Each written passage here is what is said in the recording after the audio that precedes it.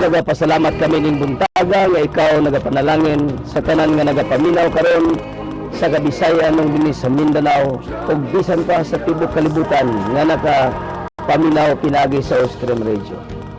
Ginoong Dios, nagaampo ako nga ang panalangin mudangat silang kinabuhi, ang kayuhan ug milagro, ang kagawasan, ang kauswagan ilang masinati, Ginoong Dios, sa ilang kinabuhi. Daghang salamat sa imong tulong nga igawali nining adlaw nga kini motuhok ug sama sa binhi nga kini mapisok sa among kasing-kasing ug magadala kini kadaugan sa among kinabuhi.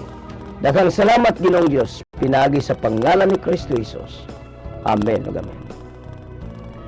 Praise God. Good morning sa tanan tang mga kaigsuonan nga nagapaminaw ning atong tulumanon. Worship on Air, usa ka ni ka-program sa Throne of Grace Global Fellowship nahimutang sa May Gonzales Siminog Building 4 Tubod Highway, Iligan City. Kung ikaw na sa Iligan City, igsoon o higala, ako kang inviton sa panagtigom, no? Sa Throne of Grace Global Fellowship. Our worship service will start at 9 o'clock in the morning, and our youth service this afternoon will start at 4 o'clock karong hapon. So sa Wednesday doon na tayo midweek prayer meetings. 6 o'clock mag-start ang atong midweek prayer meeting. So naka sa Iligan City, you are very much welcome sa Throne of Grace Global Fellowship. Dali lang ni tultulon diya sa May Gonzales Simino Building 4 Tubod Highway, Iligan City, at bang sa May Price Plaza, the same building nga giabangan sa Pag-ibig Office. Saka lang sa taas igsoon o naay mga ushers nga nagahulat kanimo o mo abi-abi kanimo o mugiya kanimo ngadto sa lingkuranan. So 9 o'clock karong buntag magsugod o pakikibalag sa alagad si Ginoo Pastor Rodi Isik. Mga kaigsunan na nagpasalamat kita usab nga kagahapon dunay graduation nga gikandak sa mga incoming and outgoing officers ug sa medics sa CAT diha sa Iligan City National High School uban kang Sir Sico ug salamat sa Dios kang Sir kang sa atong principal ano sa Sir Raso ug unya diha usab si Councilor Bayani Ariola. Mga kaigsunan, matud pa sa iyang gisulti ngadto sa mga estudyante, siya usa sa usab ka estudyante kaniadto, and then iyang gi-encourage ang mga estudyante nga mopadayon sa pag-eskwela unya hangtod nga mahimo kang blessings ngadto sa community. Mo kana ang objective sa maong message mga igsoon. Og unya mahimo kang mahimo siguro kang mga politiko gidasig niya nga maga-perform sa duty sa maayong pagtrabaho og walay korupsyon nga pagahimoon. So mga kaigsunan mo kana ang statement mga kaigsunan sa ato ang pinalangga nga councilor si Councilor Bayani Ariola. Yang gidasig mo estudyante kay sila may gitawag og next leaders na to. New breed of leaders sa dini nga year 2000, no. So mga kaigsunan, ang mga estudyante gi-encourage nga mo padayon gyud di kay sa high school lang kutob. Og sa closing remark akong gi-encourage sa ila nga katong gustong mo proceed sa college, tuuhan nila nga ang Ginoo mo create og opportunity nga sila maka-eskwela. Kay daghan kayo ang naginhanglan og sponsorship nga makapadayon lamang sila sa pag-eskwela kung dunay mutabang kanila sa ilang mga galastuhan sa college. Bisan og 1,000 a month lang. Kung ikaw naminaw karon gibati nimo nga mutabang ka ni ining least fortunate students nga sila man kaigsunan ilang ginikanan cannot afford to send them to school, and you desire to help them. So ang imong tabang dako kayo na og katabang sa ilang kinabuhi bisag 1,000 pesos a month. Kana kung naghinobra ang blessings nga naa kanimo. The other week dunay nangutana sa kuha kung pila ang bayronon sa eskwelahan sa high school. Mga kaigsunan sa second year lang ang iyang pangayo. Ug doon na kita yung mga 15 students sa second year level sa high school. O siya na ang mobayad sa whole year. Salamat sa Diyos nga tibuok tuig. Bali mga I think more than 400 pesos no kada estudyante. So kung 15 namang kaigsunan iya kaning i-cash pagbayad. So di na magproblema ang estudyante no, di na problema ang ginikanan. Ang ilahang kwarta nga moabot paingon na lang sa mga pagkaon nila. So magpasalamat kita mga kaigsunan sa ato mga kaigsunan na sa Iligan City nga mi-respond sila sa atong panawagan nga ang pag-provide og education sa mga less fortunate children in Iligan City, especially the children from the garbage site. No mo kana mga kaigsunan nga atong gipaabot kanila ang scholarship. No, dili lang ngun nga ang uban yung scholar pero ang gibayaran nila ang gitawag og the whole year okay na scholar na. Pero kung maka-provide pag ikaw para sa mga projects nila, mga kaigsunan, mas labaw na yung magpasalamat sila. So, atong gipadayon ang atong misyon nga nagtuo kita sa giingon ni Russ Robinson, no? Dad Russ Robinson. Ngayon siya nga, education breaks the cycle of poverty. Tinuod ka na, mga kaigsunan, no? Daghan nga naka-graduate, nausab ang dagan sa ilang panimalay. Natabangan usab ang iyang mga manghod. O di lamang ni ana, natabangan ang ilang ginikanan sa ilang panginabuhi. No? Nindot man kay paminawon ka ng miingon, pa, ma, mag-monthly na mig-support sa inyo kay mga tagas na mong edad na mag-relax na mong gikan sa inyong paghago, pag-ayo. Nindot ka na siya paminawon, mga igsoon, kung nga itong mga anak, maging malampuson, tungod kay kita nga mga ginikanan ni buhis sa atong kinabuhi ni buhis mangyod para mulampos kining atong mga kabataan. So mo ka naman kaigsunan, pasalamat kita nga ang Ginoo nag-bless sa mga negosyante nga mutabang pagpaluyo aron kining mga kabataan mapadala nato sa eskwelahan. Mga kaigsunan, salamat sa Dios nga ang scholarship program sa Throne of Grace Global Fellowship nagapadayon. As of today, we have 124 students in Iligan City. Ato kining from grade 1 to college. Sa college lang mga kaigsunan, di lang yun tanan ma-provide. Tungod kay dako kaayo. So, salamat sa Dios ang moabot nga sa lapi sa atong panudlanan ato pud nang gihatag ngadto sa mga bata. So kamo nga naay mga gi-prepare para sa scholarship o kana inyo kanang i-sponsor og estudyante, din ipaagi niyo na sa amo amo nang kalipay ang pagpadagan imo kanang scholars, kami lang mag-manage niya na. No? Salamat sa Dios nga makabaton kaniya nagpananahon para nga ang community matabangan nato. So kana no, nagtuo ko nga di prosper na mo sa Ginoo diya sa inyong negosyo, you can sponsor even one student, no, usa ka estudyante imong ma-sponsoran og mapadala nimo ngadto sa eskwelahan. Dili man dako ang gasto, basta naalang ta sa gitawag og government school, no, diya sa eskwelahan sa gobyerno. So mga kaigsunan, amo nang welcome, no? Gibati nimo na nga mutabang ka pareho ni Major Lando mingon siya nga muhatag siya mga payong bags. Among gi-welcome. Among gidawat kay gihatag po namo sa mga bata o gikalipay kay nila pagayo. So anything, no? Among gi pasalamatan usab ang nagahatag og bugas, no? Og kuan kay doon mga bata nga ning eskwela sila nga wala sila ikaon mo nang ang uban lang hatag kita, provide kita og pamahaw, siguro mga napulo sila. Og sa udto doon ay mga 20, 25 ka mga bata nag-provide kita og ginagmay nga paniudto, simple nga sudan para dili maglabad ang ilang ulo, dili katulugon nga maminaw sa klase tungod kay may sulod, at least may sulod ang ilang tiyan. So mga kaigsunan, kini nga advocacy kini nga advocacy nga ang mga bata makabaton og education. Mga kaigsunan, dili ni mahimo og usa lang ka tawo, pero kung atong tabang-tabangan kini, maka-apekto ka sa community, maka-change ka sa community. Pinaagi sa pagpadalag usa ka estudyante, one family, one students, nga kana atong ipadala ngadto sa eskwelahan o makatabang ka nagdako kaniya. Moto kita sa mensahe sa pulong sa Dios, mga kaigsunan.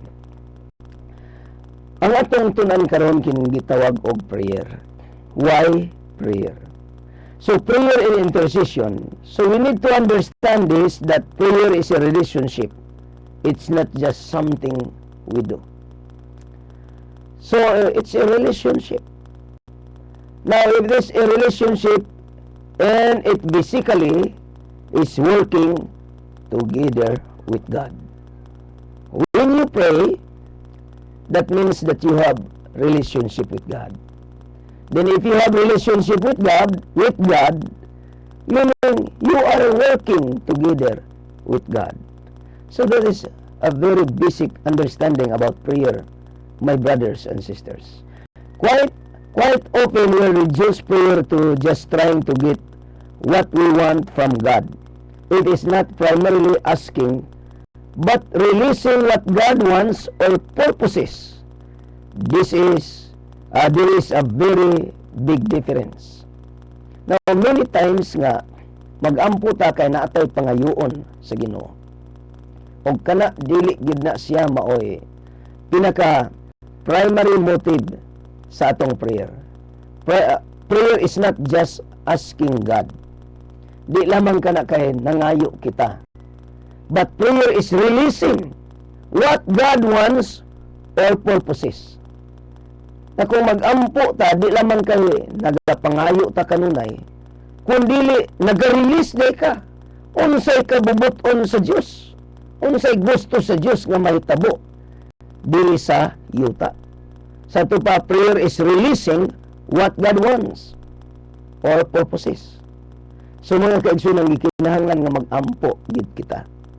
Nga naman, tungod kay diha ipaagi sa Dios ang pag-release sa iyang kabubuton dinhi sa yuta, mga igsoon. So prayer is a relationship. It comes out with a communion with God, knowing what God is doing and purposing. And out of that relationship and that communion, we begin to work with God in prayer.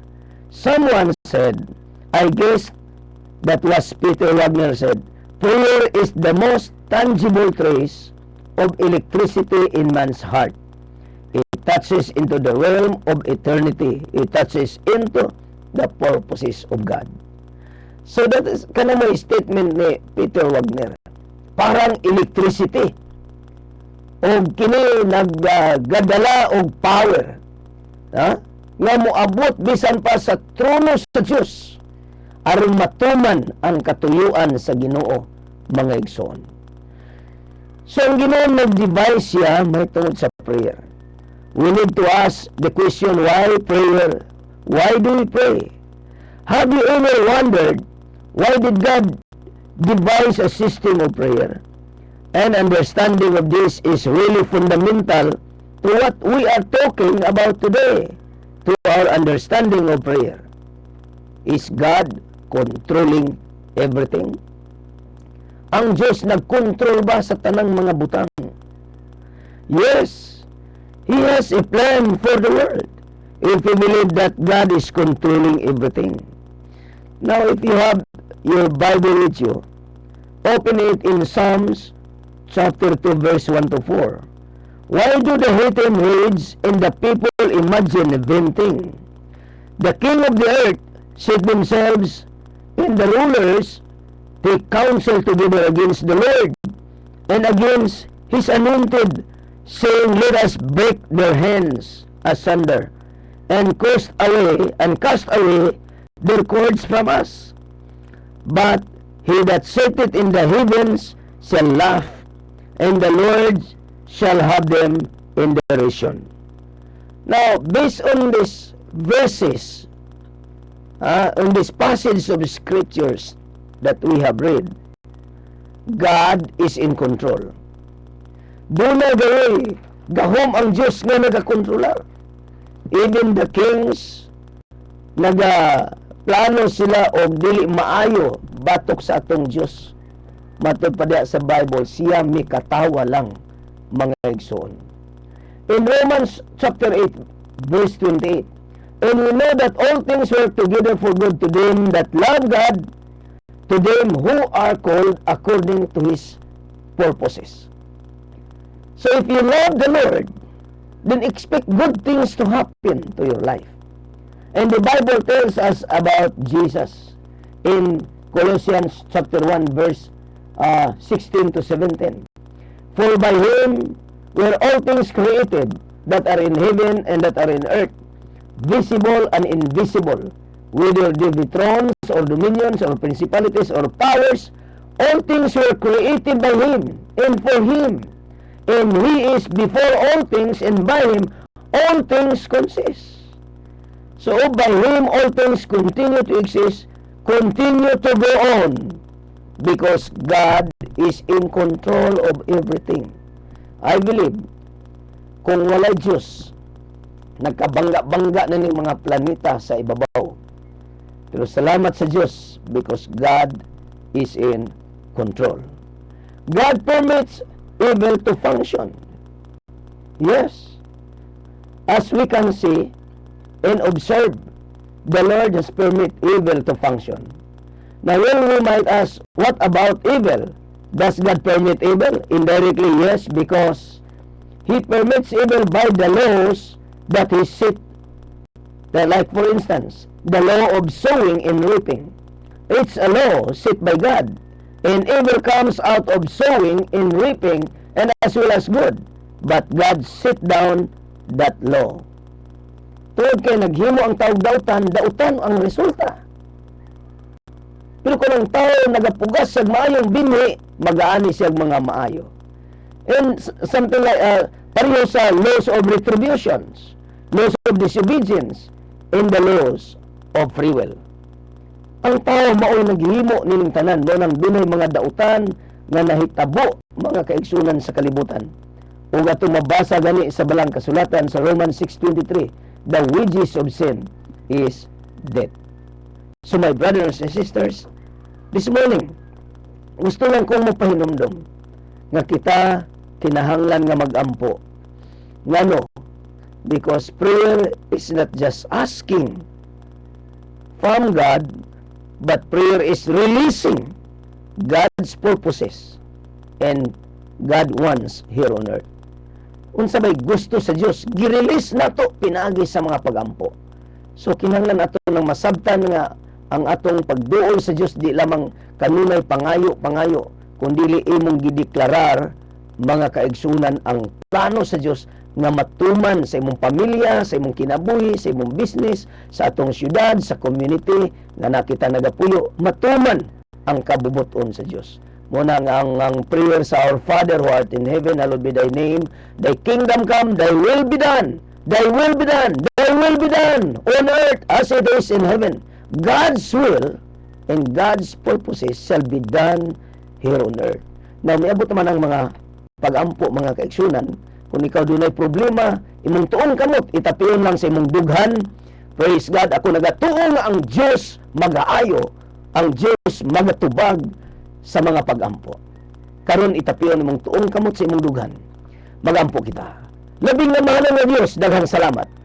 Nga ikaw mga panalangin karon sa tanan nga nagapaminaw ning maong broadcast ninyo sa kahanginan.